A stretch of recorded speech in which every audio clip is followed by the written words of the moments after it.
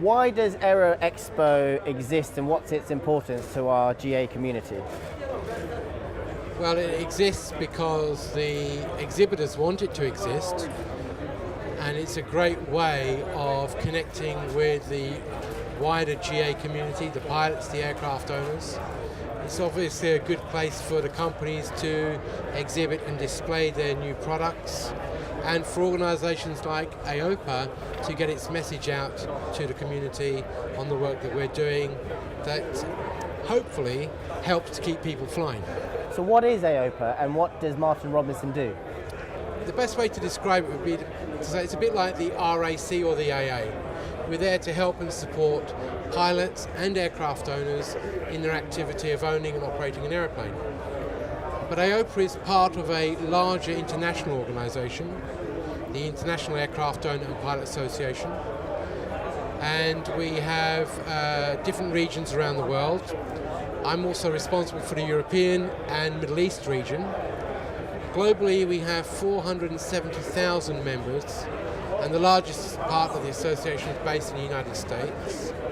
The reason why it was formed back in 1963 was to give General Aviation a voice at ICAO in Montreal. ICAO is important because it sets the international standards which all contracting states agree to adhere to, and often form the basis of the regulatory framework for each nation state. Is there a nice family feeling between AOPA, EASA, CAA, ICAO? I'm not sure we would say it's a family feeling, but there is a common interest in making sure that there is the proper development within general aviation of a safety culture. Safety cannot be delivered, in my opinion, through hard law alone.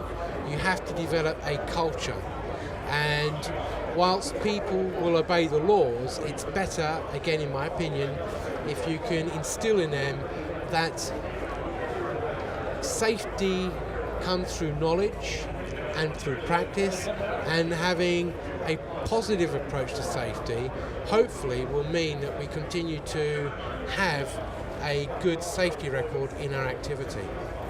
In North America, it's more affordable than in the UK and Europe. The big difference with North America is the price of fuel, which we will never be able to compete with in Europe. The regulatory system in Europe is to achieve a centralised, common set of rules that will make safety better, in my opinion. Again, for example, when flying through France or Germany, the rules will be the same as they are in the UK, particularly with the airspace rules, for example.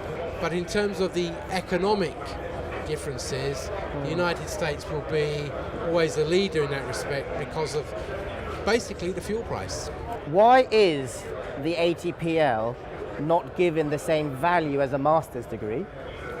And why can the VAT not be deductible from an essential aspect, which is education? So in the United States, they linked the ATPL or ATP to having a degree from a university. When you go through a university, even in the UK, if you take the theoretical knowledge aspects of the ATPL, then VAT is not applied. VAT is a tax on a service. So if a private operator, private business, is providing ATPL training, then they become VATable. And that's the big argument we've been having with government.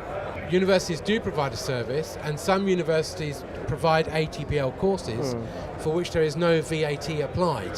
It's only when a non-education facility does it. Although flying schools are not considered education facilities. That's correct. They're considered as businesses.